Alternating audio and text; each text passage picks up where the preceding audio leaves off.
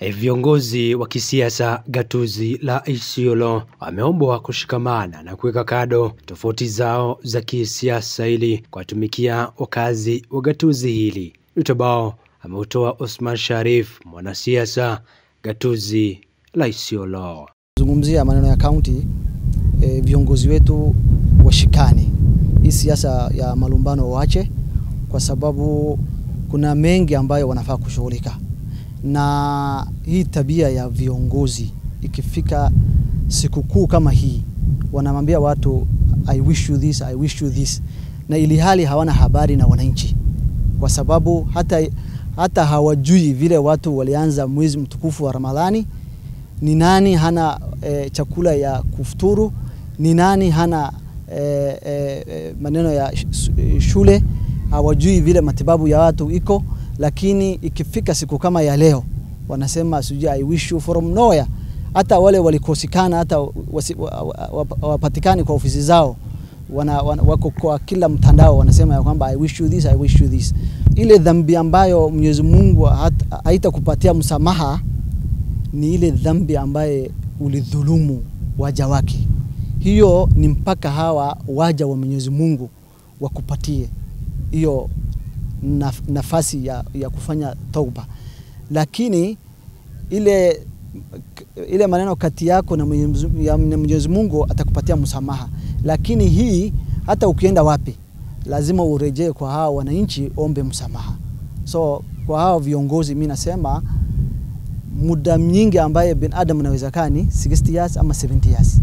So msije mtakuja kuharibu uhusiano yenu na Mwenyezi Mungu, kwa sababu hii power utakuwa leo lakini kesho inaweza kuwa hutakuwa hapa. Akitoa wito huu kwa Rais William Ruto na kinara wa ODM Raila Odinga. Ujumbe wangu kwa viongozi wa nchi, hasa Mheshimiwa Rais William Ruto na kiongozi Raila Odinga, kwa sababu saa hii wameshikana, wahakikishe tu ya kwamba ile shughuli ya kutendea nchi haki, kwa sababu kuna ubadhirifu nyingi na dhulma ambayo inaendelea ndani ya nchi hii, kuanzia national level up to county level. Kwa sababu ukiangalia Auditor General report inaashiria ama inaangazia ile dhulma ambayo inaendelea ndani ya nchi hii, kwa sababu hakuna vile unashukua mkopo alafu watu ambayo walikuwa kwa maofisi ambayo walichaguliwa na wananchi wanapora ile mkopo. So kwa hiyo ripoti it's a lot of issue that is there, kuanzia ile usafiri ya viongozi kuenda nchi za ngambo na humu nchini, kwa sababu hiyo ripoti inaangazia ya kwamba kwa mwezi 6 peke yake takriban shilingi bilioni 6.6 ilitumika kwa shughuli ya kusafiri kwa hawa viongozi. So mimi kulingana na mimi, hawa viongozi ile kitu wanafaa kuhakikisha hakuna haja taasisi nyingi ya kufanya uchunguzi. Ripoti ya mkaguzi mkuu wa serikali inatosha kushukua hatua kwa ile kiongozi wowote ama ile mtu ama taasisi zote ambazo zinatumia pesa ya wananchi kwa njia ya ubadhirifu. Na ya misho tuhakikishe ya kwamba tudumishe amani, kwa sababu hata kiongozi ambaye anatumia mamlaka yake vibaya siku itafika tu ataondoka. Lakini tuhakikishe ya kwamba tudumishe amani, kwa sababu hii nchi ile muhimu ni amani, kwa sababu kiongozi huwa anachaguliwa na anaondolewa. Lakini amani, mara moja tukikosa amani itakuwa ni ngumu sasa kurejesha amani tena. Wakizungumza katika hafla tofauti, Sheikh Ahmed Setabaye na mwenyekiti wa Interfaith tawi la Isiolo amewahimiza wakazi wa gatuzi hili kuwa na mtindo wa kufanyia ukaguzi ili uweze kujua hali yao ya afya. Risala ya Eid siku ya leo inahusu mambo ya afya ya watu wetu. Tumezungumza katika msikiti, watu wetu wengi, wananchi wetu wameathiriwa na magonjwa ambayo inaweza kuzuiwa magonjwa yasiyo kuambukizana na magonjwa mengine mengi ambayo inaweza tibiwa, ama wale ambao wameathiriwa wanaweza kudhibiti hiyo wagonjwa waishi vile wengine wanaishi. Kwanza tumezungumzia magonjwa ya blood pressure na kisukari, ambapo tunawahimiza wananchi wetu kwa jumla kila mwezi, hasa ukiwa umefika umri, uweze kukaguliwa, kuangaliwa hali yako ya kiafya.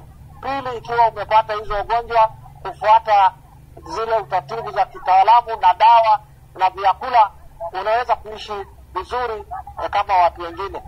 Tumezungumzia vile vile saratani ya prostate cancer, ambapo inaathiri wazee wengi, na tumeomba wazee kila mwaka mara moja waweza kukaguliwa PSA, na vile vile kina mama kukaguliwa matiti, kwa sababu saratani za matiti pia imekithiri katika sehemu hizi.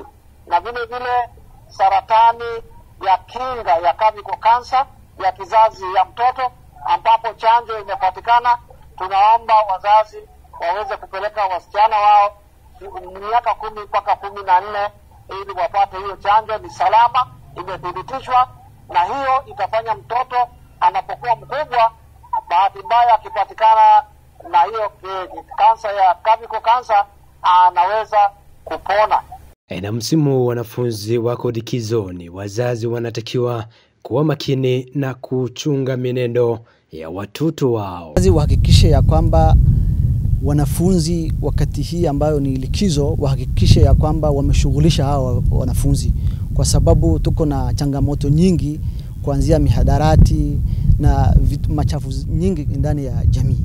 So wahakikishe ya kwamba hawa wanafunzi wasirandarande ovyo ovyo, wapatiwe shughuli ambayo inaweza fanya hawa wakue na muda ambayo inatumika kikamilifu. Alafu kwa mitandao, isije unasema ya kwamba watoto yako imeharibika, ili hali umepatia hawa nafasi ya kutumia simu hizi ya smartphone ama TV, content ambayo hatakikane wanaangalia, na alafu baadaye utakuja kulalamika, unasema ya kwamba watoto yetu iliharibika. Walisema haya wakati wa furaha akusherehekea sikukuu ya Eid Fitri wiki ya jana. Nikiripotia Kamachu TV, nilipota 001 wa Jombe Kamachu.